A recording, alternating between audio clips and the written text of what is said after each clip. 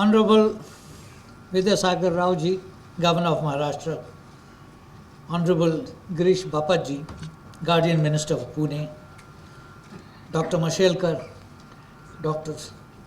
Vijay Kelkar, Professor Anil Gupta, the Director of the Pune International Center, distinguished guests, ladies and gentlemen.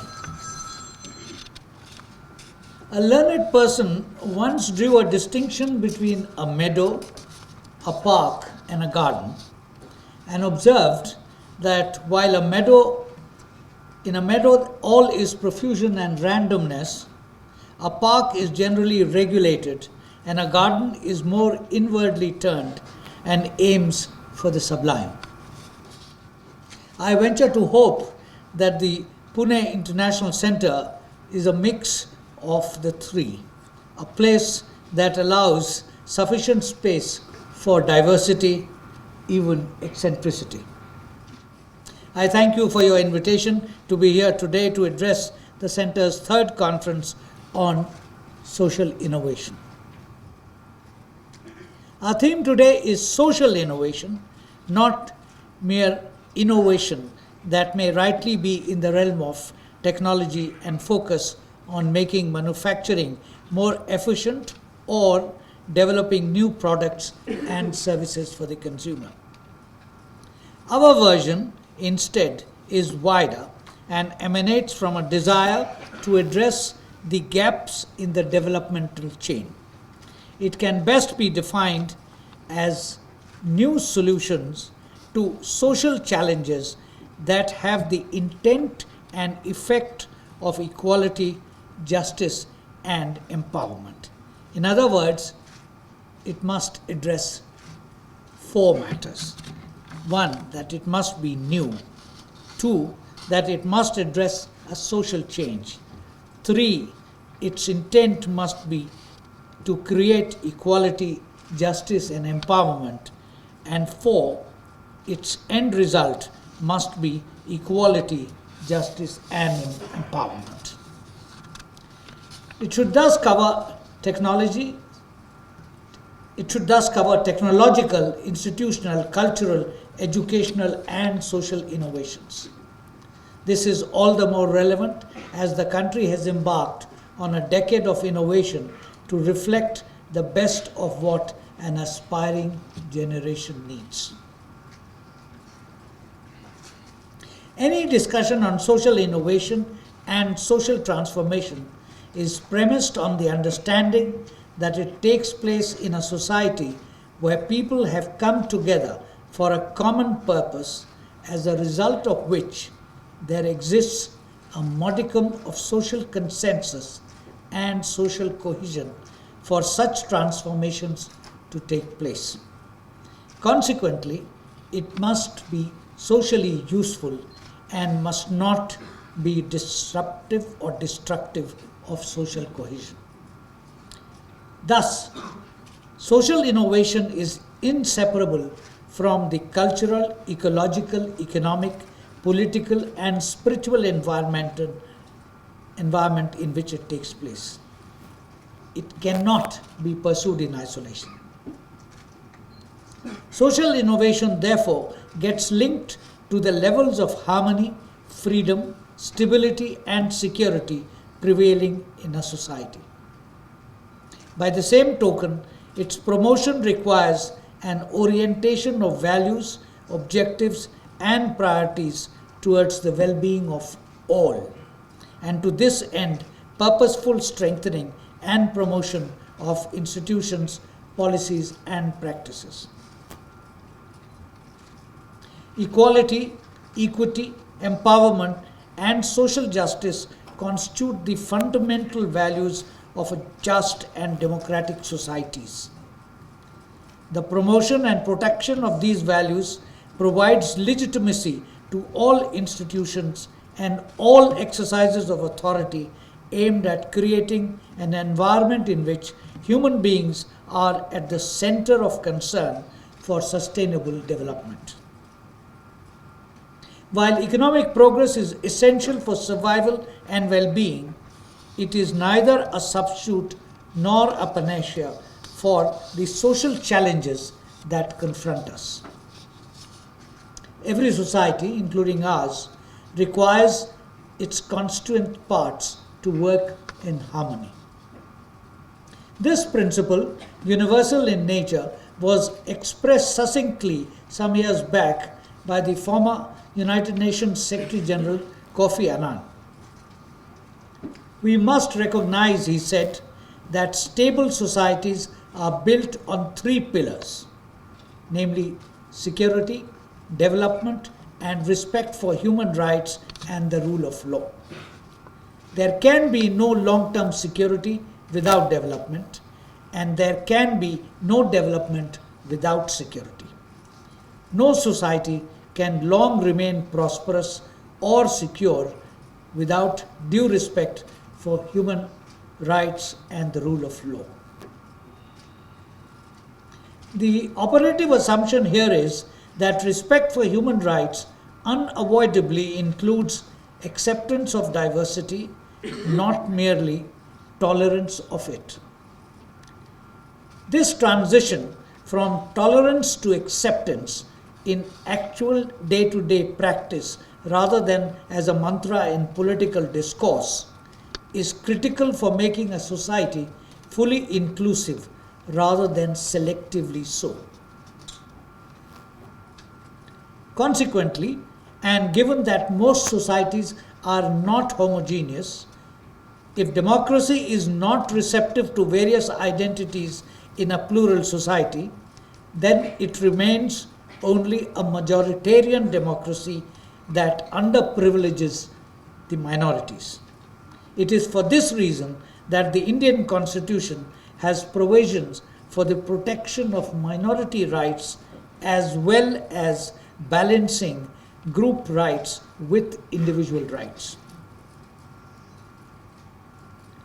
These preliminary observations are necessary to delineate the societal backdrop essential for optimal creativity in a society seeking to maximize its innovative genius, and also to make sure that a social consensus around equality, justice, and empowerment exists. More so because there is reason today for concern about this consensus and about the emergence of a propensity for intolerance of diversity and dissent. Friends, Infosys founder Shri Narayana Swamy, addressing the graduating students at the Indian Institute of Science, recently asked a pertinent question. To paraphrase him, why has there been no earth-shaking innovation or technology from India over the last 60 years? Some have argued that Modi was being too IT-centric, but the question calls for some serious soul searching. India has a long tradition of innovation, and since independence, there have been a series of empowering social innovations in India. The innovation to use buffalo milk in place of cow's milk to produce milk powder laid the foundations for the Anand cooperative dairy model, ushering in the white revolution in India. The innovation of cooked midday meals in schools was an innovation that has had a multi-layered impact on society. The Aravind Eye Care Hospital provides a vivid illustration. Since its foundation in 1976 as an 11-bed hospital in Madurai, Aravind today runs 6 hospitals that perform more than 300,000 eye surgeries annually. This productivity is based on deep competencies which result in cost saving that enable treating 2/3 of the poorest patients free. Yet, Aravind still earns sufficient income to enable expansion. There are a number of other Indian innovation stories. The low-cost qualitative hearing aid, the digital twin spark ignition motorcycle engine, the Mitti Cool fridge, the Super 30 education program from Patna that selects and trains promising young students from socially economically weaker sections for entrance examinations to top technical institutions, and hundreds of other innovative products and services that are using the internet or the mobile phone technology to deliver choices to a growing number of people.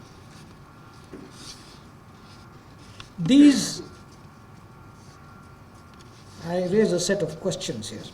Have these innovations, social or technical, become a mainstream phenomenon?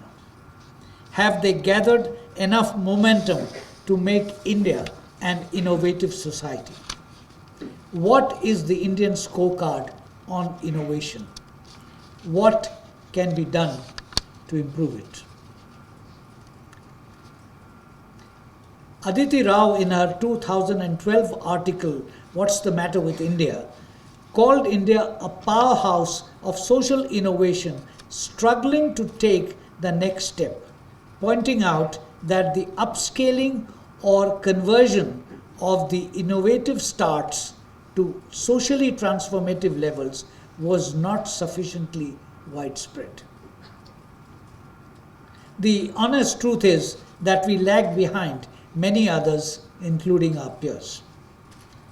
The Global Innovation Index 2015 ranks us as 81st out of 141 countries, below Brazil at 70, South Africa at 60, Russia at 48, and China at 29. The index identifies three areas of weakness: SMEs, intellectual property rights, and higher education, asserting that an economy is as innovative as its SMEs. It suggests fiscal and tax guidelines to infuse a culture of innovation and R&D in SMEs, along with incentivizing innovation-driven startups, as well as improvement in ease of business environment and infrastructure development. In a recent article, Baba Prasad, author of the book Nimble, listed some of the reasons why India has failed to provide budding entrepreneurs or innovators in the ecosystem, the resources, or the infrastructure that Silicon Valley provides its potential entrepreneurs. These are, and he listed four of them. Our educational system is steeped in training implementers, not thinkers. Secondly, there is significant lack of appetite for taking risks, and both Indian families and educational institutions have a play safe attitude. Thirdly, there is a lack of startup funding environment. And fourthly, the slow pace and inefficiencies of the Indian legal system are a deterrent to innovative spirit. Friends, participating in a digital dialogue on the 5th of July this year, the Prime Minister promised to give absolute support to make enterprise and innovation easier so that India emerges as an innovation hub and keeps pace with the fast-changing world. He said, and I quote, "The world is changing quicker than ever before, and we cannot remain oblivious to that. If we don't innovate, if we do not come up with cutting-edge products, there will be stagnation." End of quote.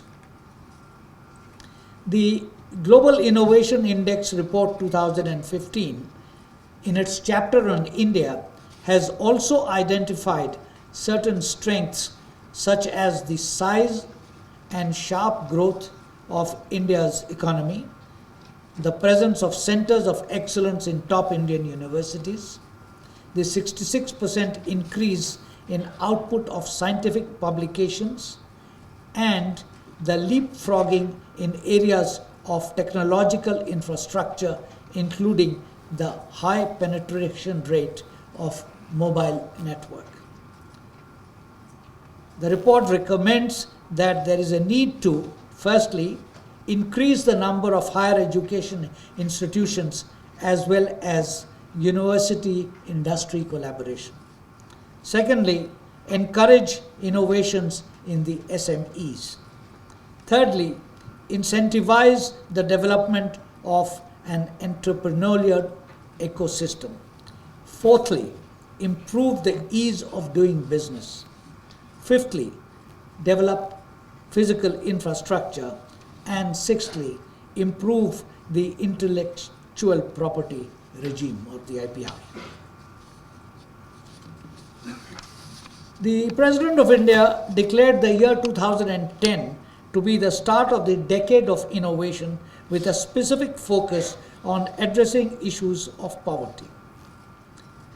To further this national agenda and administer governmental activity in support of innovation through assistance in human, financial, social and intellectual capital, the National Innovation Council was created to develop a national roadmap for innovation over the next decade. Alongside, a National Innovation Foundation India was set up as an autonomous body of the Department of Science and Technology, Government of India. The foundation has sought to incentivize pursuit of innovation through Dr. APJ Abdul Kalam Ignite competition at school level. The results are modest given the size of our school-going population. A recent report of an expert committee headed by Dr. Tarun Khanna, constituted by the Niti Aayog, for determining the contours of the new Atal Innovation Mission, which is a successor mechanism to the National Innovation Council, states that, and I quote, bringing about innovation has never been as important as today as the global economy shifts away from the industrial economy towards the innovation economy. What is heartening is that recent economic theory suggests that government investment in R&D, knowledge creation and technological progress does have a role to play in fueling innovation, productivity, capital creation and therefore growth. End of quote. The report recommends setting up the innovation mission with a three-tiered approach and dovetailing it with the national skill development programs.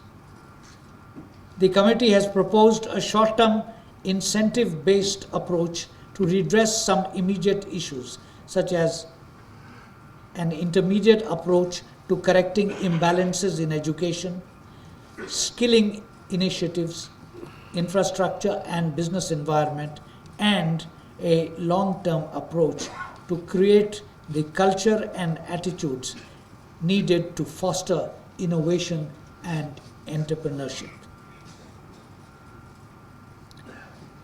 In this context, ladies and gentlemen, we need to take note of what the President of India said on March 7 this year at an Innovation Award function. And I quote, midway through the decade 2010-2020 of innovations, we perhaps need to assess and, if necessary, recalibrate our approach towards harnessing the creativity of our grassroots innovators and students. Increasing the scalability of grassroots innovations necessitates a strong linkage between the invaluable knowledge bank prevalent in our society and the formal education system. To use our innovation potential for the greater good, the nodal government agencies must play an enabling role. End of quote.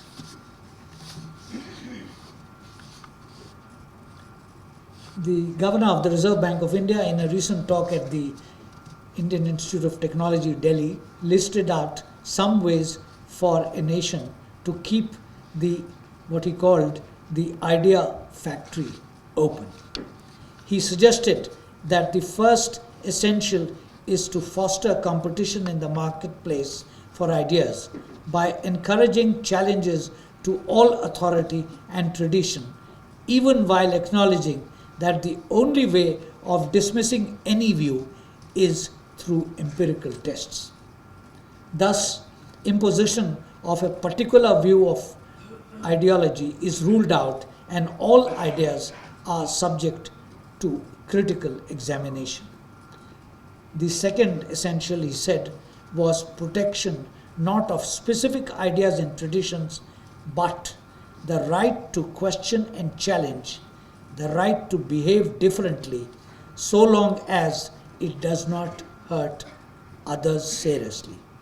In this protection lies societal self-interest, for it is by encouraging the challenge of encouraging the challenge of innovative rebels that society develops. Each of the above necessitates a scientific temper and a social ambience conducive for it. I wish you success in your deliberations. Thank you for inviting me. Jai Hind.